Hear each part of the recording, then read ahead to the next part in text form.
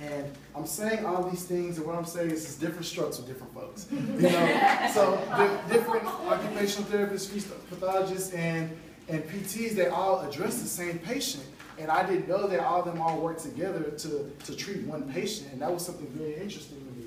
So I'll say I learned a lot of things, but for one thing, from occupational therapist standpoint that was interesting to me was how they would first address the range of motion to try to better the range of motion of the patient.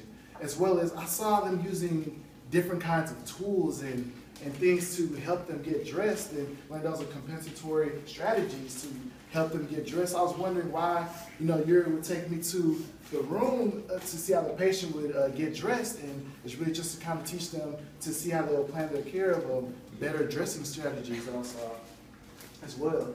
And as far as for the speech language pathologist side, I also saw, you know, they would address the dysphagia, also pronounced dysphagia.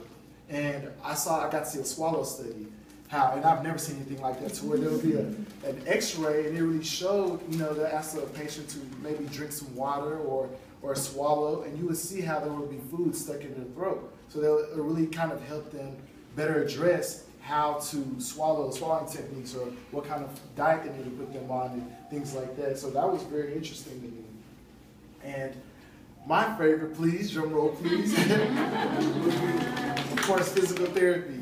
And I got to see an abundance of things. There's no way I could name everything. You know, I'm not a trained clinician or anything, so no Kai Williams, but just don't be too hard on me. But one thing I got to see from Veronica was when a patient is diagnosed with something, they'll come in here and they'll just start, the therapist will just start looking at them, start treating them. But really, they really do their research. They really look at their medical history. She even goes as far as to maybe contacting the doctors herself, or even talking to the family members to get a better understanding of the patient, and even try to get to know the patient more to see how they can better treat them. And also by doing an evaluation, by sitting, standing, transfers, standing tolerance, different things like that. So, and to see if walking is even possible. So I thought that was very interesting.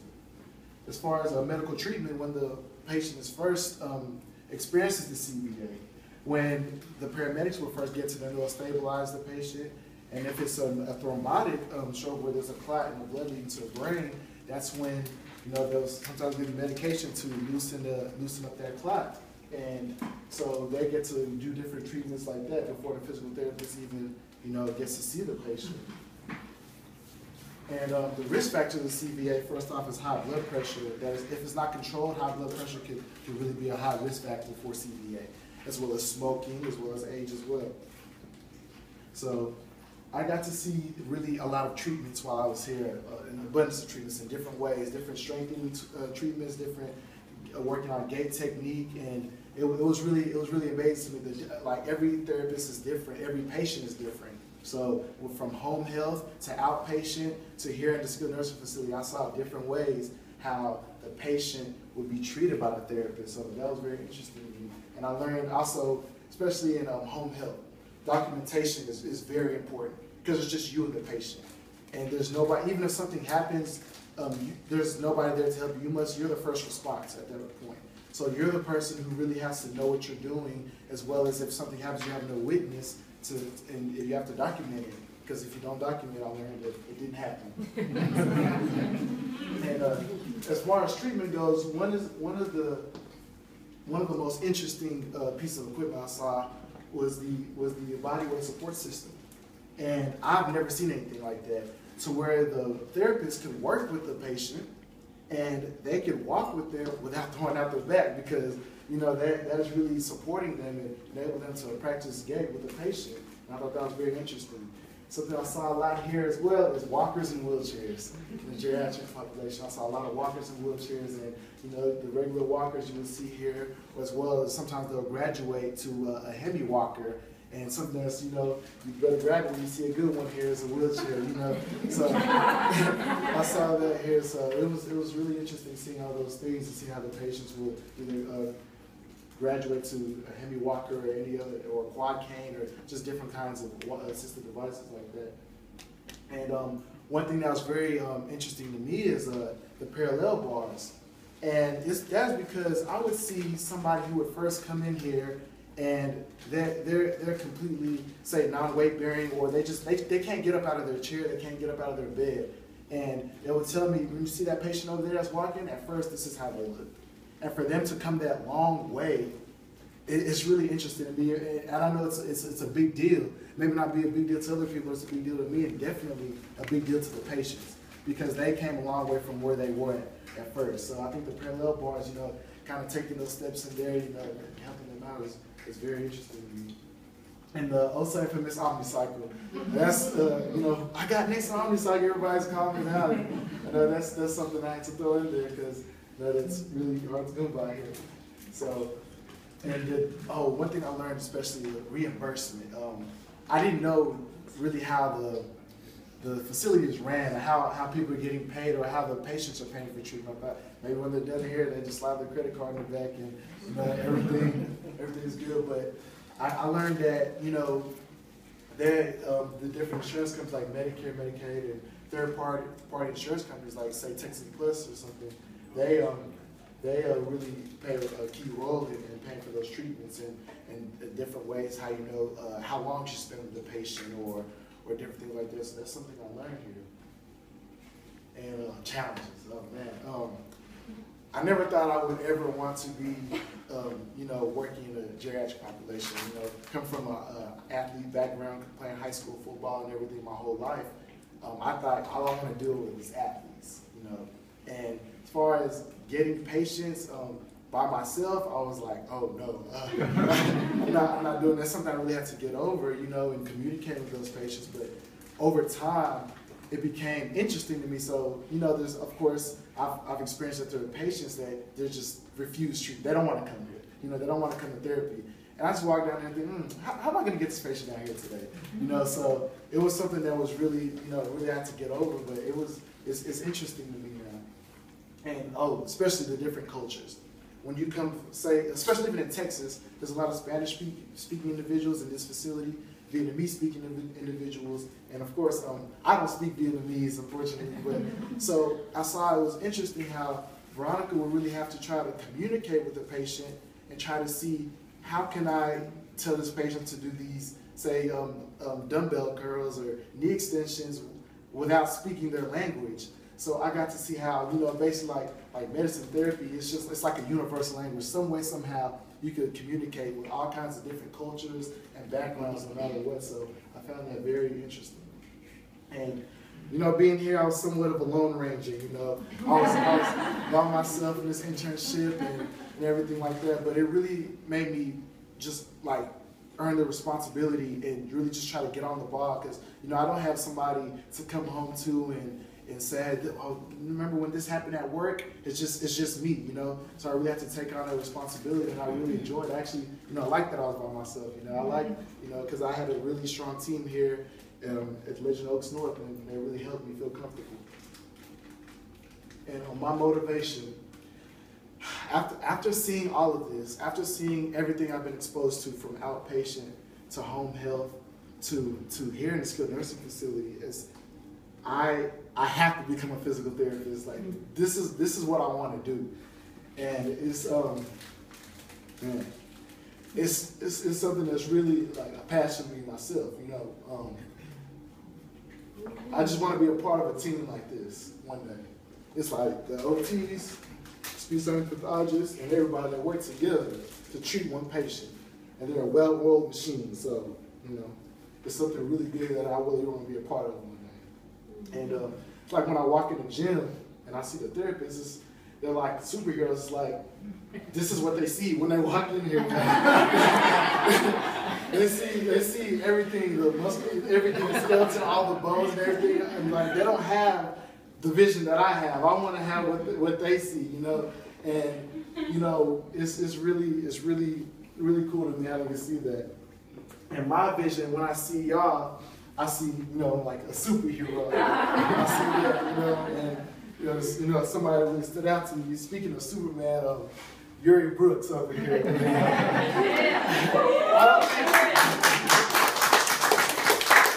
don't think I've ever seen this guy use the restroom or anything.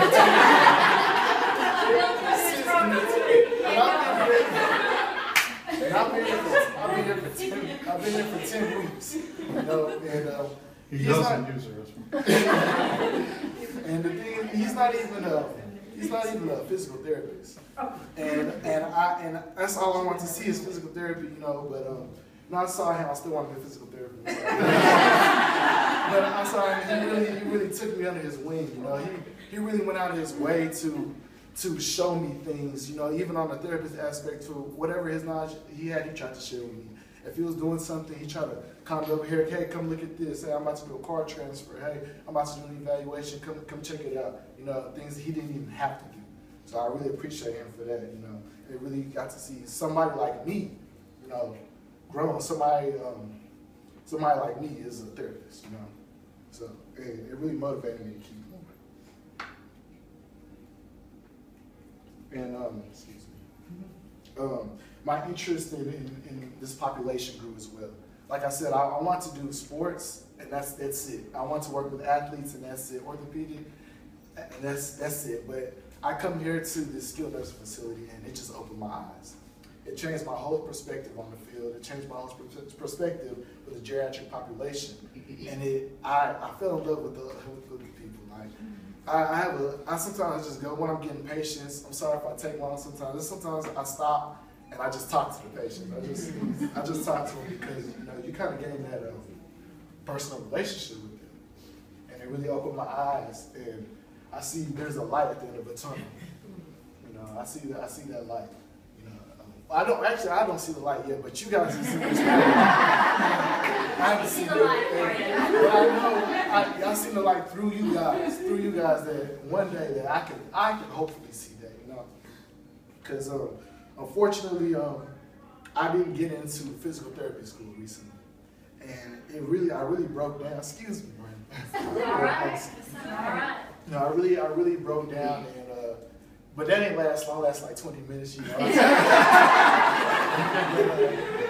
But it really hit me. But and I had a lot of supportive people. You know, I'm glad. Like a lot of people don't have this opportunity to get to see a lot of therapists that where you're trying to go. A lot of people don't get to see this, and I was blessed that I got to see it. You know, and I got to have these people tell me, you know, it's okay.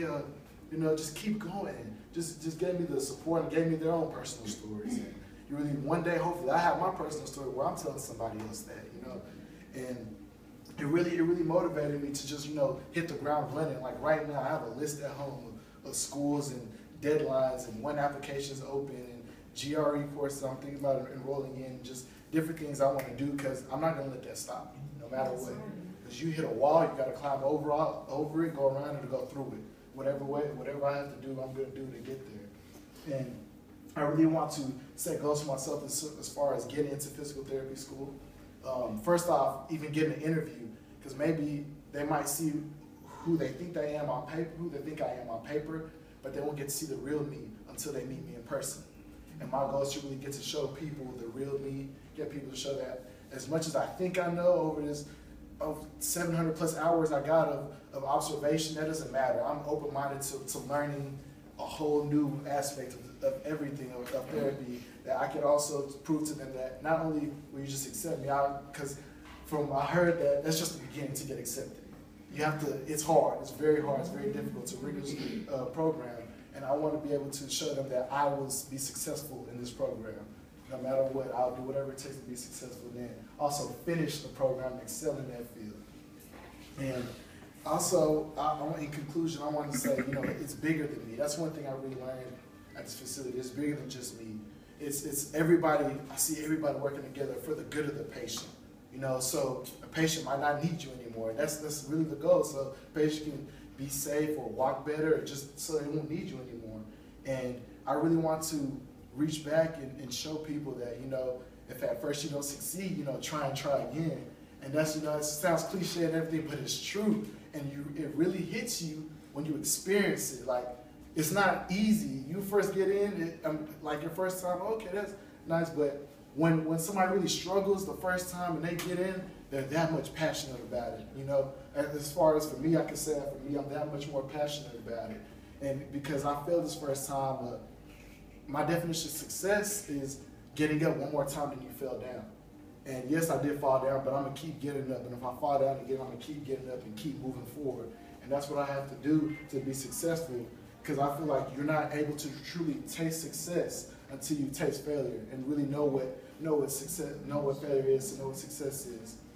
So, and also, not if, but when I do make it, I also want to reach back and lend a helping hand to the people coming behind me, because it was done for me. You know, it was done for me. I was able to be blessed with this internship. This is man, it's crazy. Like, this is a blessing, really. I moved out here. I didn't even have the internship. I moved out here to Houston in January, just hoping for something. Just I picked up and I left Denton, left the UNT, the world that I knew, and I just came to Houston. This internship wasn't supposed to start in June, well, until June. Normally it's supposed to start in June. I was blessed. Sheila and Kai gave me an opportunity to start this internship now. You know, I came out, I didn't have a job, I didn't have anything. I just came out here with $1 in the dream. I just came out here and I was blessed with this internship, and it was something that was really good for me. It changed my life, and I would hope that, you know, people continue to come in here and really reap the benefits of this field, because it's a wonderful field to get into. And you know, people say, what, like PT is just like med school, why don't you go to med school? You know, I want to spend more than 5-10 minutes with my patients.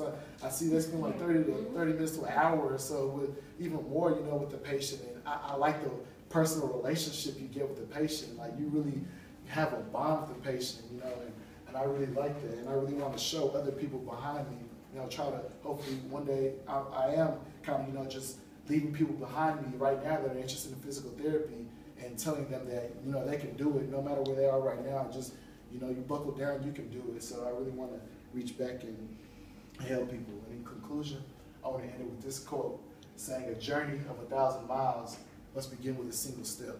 And, you know, it seems like this journey is a long road. You know, I came when I first came to UNT, I had a very low GPA. Very low, to where my parents didn't even think GPAs could get that low. So after, you know, to graduating from that place I was to graduate with a GPA of over 3.0, it was a long way, but that still wasn't enough. You know, that still wasn't enough. There's still more steps that I have to take, and no matter how long the journey is, I know I have to just keep going.